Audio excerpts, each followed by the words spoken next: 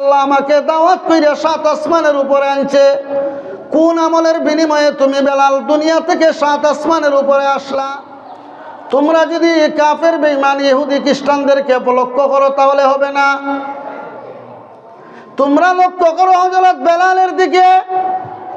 হযরতের বেলালের মদিনা মক্কা মদিনার মাঝে কয়তলা বিল্ডিং এর মালিক ছিলেন বলেন? হ্যাঁ, কয় কোটি টাকা ব্যাংক ব্যালেন্স রাখিয়া গেছিলেন বলেন? হ্যাঁ, নাই বলতে কিছুই নাই।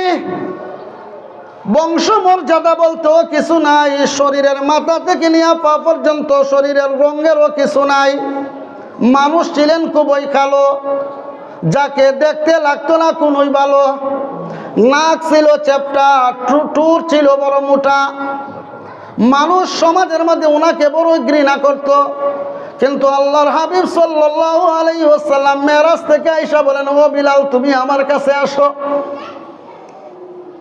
সাহাবায়ে কেরামদেরকে রাসূল বলেন, শোনো, আমি রাসূলকে আল্লাহ দুনিয়া থেকে 7 আসমানের উপরে জান্নাতের মধ্যে মেরাজ নিছেন। আল্লাহর পবিত্র আরশে আজিমের মধ্যে যাওয়ার পরে দেখি আমি রাসূলের সামনে সামনে কে যেন আগে আগে হাঁটে। সুবহানাল্লাহ। আমি জিজ্ঞাসা করলাম, আমি রাসূলের আগে আগে হাঁটার পারমিশন তো কারো নাই, তুমি কে আমার সামনে সামনে হাঁটো? তখন সে জবাব দিল, ইয়া রাসূলুল্লাহ, আমি হইলাম আপনার কলিজার টুকরা বেলাল। সুবহানাল্লাহ। আল্লাহ রাসূল বলেন, রে বেলাল, আমি জিজ্ঞাসা করলাম, হে বেলাল শোনো, আমি হলাম আল্লাহর বিশেষ পার্সোনাল দাওয়াতি মেহমান। আল্লাহ আমাকে দাওয়াত কইরা 7 আসমানের উপরে আনছে। কোন আমলের বিনিময়ে তুমি বেলাল দুনিয়া থেকে 7 আসমানের উপরে আসলা? হযরতে বেলাল জবাব দিয়েছিলেন, ইয়া রাসূলুল্লাহ, ইয়া হাবিবাল্লাহ, আমার কোনো আমল নাই, শুধুমাত্র ওযু করে তাহিয়াতুল ওযু 2 রাকাত নামাজ আমি এক্সট্রা ভাবে পড়তাম।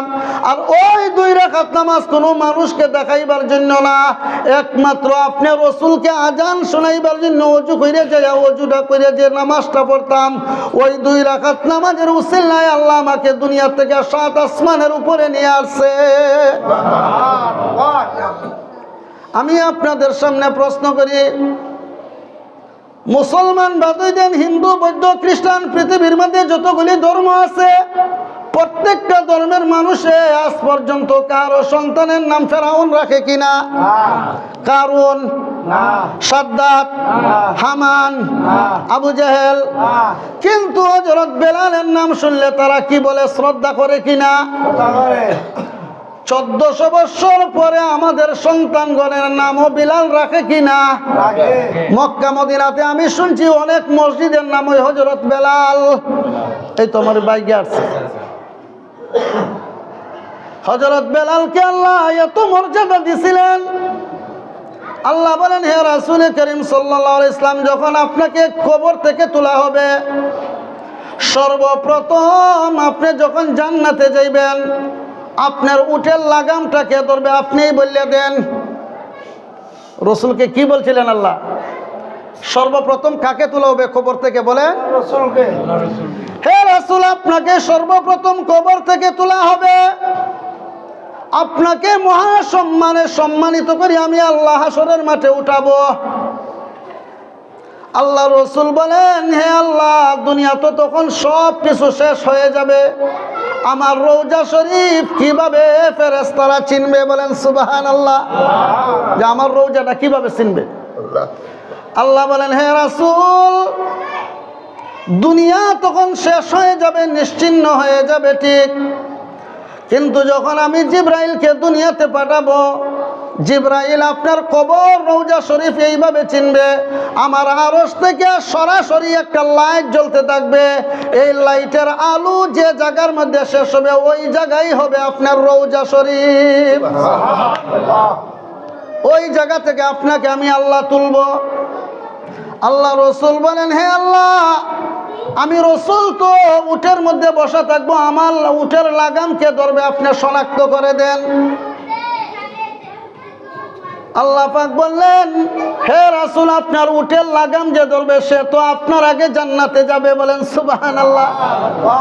যে উটের লাগাম ধরে সে আগে ঢুকবে না? সে আগে ঢুকবে না? আল্লাহ রাসূল বলেন, হে আল্লাহ, আমার প্রত্যেকটা সাহাবী এত কুরবানি এত মুজাহাদা করেছে, কার নাম বলবো আমি, কার নাম না? আপনার যদি 5টা সন্তান থাকে, আমি যদি বলি আপনার কোন সন্তানকে আমি টাকাগুলো দেব, উপহার দেব, আপনি বলেন। একজন বাবা বলবে 5টা সন্তান, 5টা সন্তানই আমি বাবার কাছে সমান, ঠিক কিনা? প্রথম সন্তানকে দিলে দ্বিতীয় সন্তান বেজার, দ্বিতীয় সন্তানকে দিলে তৃতীয় সন্তান বেজার, আমি বাবার কাছে তো সবাই সমান, বলেন ঠিক কিনা? আল্লাহ রসুল বলেন, হে আল্লাহ, আমার প্রত্যেকটা সাহাবায়ে কেরাম আমার তরিকা আমার আদর্শ যেভাবে মানছে, আমি রসুলের কাছে আমার প্রত্যেকটা সাহাবীর মর্যাদাও সমান। সুবহানাল্লাহ। আপনি আল্লাহ ঠিক করে দেন আমার উটের লাগামটা কে ধরবে? রসুল কার কাছে বরাবর দিছে? আল্লাহর কাছে। আল্লাহ বলেন, হে রাসূল শুনেন, আমি আল্লাহ যদি ঠিক করে দিতে চাই আপনার উটের লাগাম ধরে কে আগে জান্নাতে যাবে, আমি আল্লাহর কাছে সবচেয়ে আপনার সাহাবীর মাঝে মর্যাদাশীল হলো আপনার মুয়াজ্জিন বেলাল। অথচ হযরত বেলালের কোনো কিছুই ছিল না, না ছিল বংশ পরিচয়, না ছিল বিল্ডিং, না ছিল টাকা, শুধুমাত্র একটা কৃতিত্বই ছিল, মসজিদে নববীর আল্লাহর রসুলের মুয়াজ্জিন। সুবহানাল্লাহ। তা আল্লাহ যাকে গেইনার করে সারা দুনিয়া কিয়ামত পর্যন্ত সে গেইনার সফলতা হয়। বেলালের কোনো কিছুই ছিল না, কিন্তু ইমানের মতো সম্পদ হওয়ার কারণে দুনিয়া আখিরাতে সে গেইনার, ঠিক কিনা? আবু জেহেল, ফেরাউন, হামান, কারুন সব কিছু ছিল, কিন্তু এরপরও গেইনার না বিফল? এরপরও কি? তাহলে গেইনার হতে গেলে আল্লাহ বলেন আমার কাছে সবচেয়ে দামি বস্তু হইল ঈমান। সবচেয়ে দামি কি? ঈমান। আমরা যারা বসে আছি আমরা বুকে হাত দিয়ে বলতে পারি ঈমানের মতো সম্পদ আল্লাহ আমাদেরকে দিয়েছেন। কি বলেন? সবাই বলি আলহামদুলিল্লাহ।